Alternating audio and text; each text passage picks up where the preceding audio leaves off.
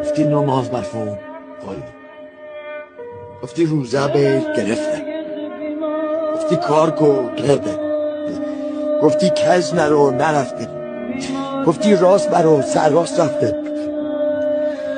جانو دارم بره اینم شد دست بده فقط یه بار شد ببین یا ایو علمو سمن. آخه تو چه دردته؟ بچه ها سیرن، زنت لباس داره، پیرزاری برن جرشیرت زن بستونی. آخه قربانه و رحمان و رحیمت پکو کرم و گریمت.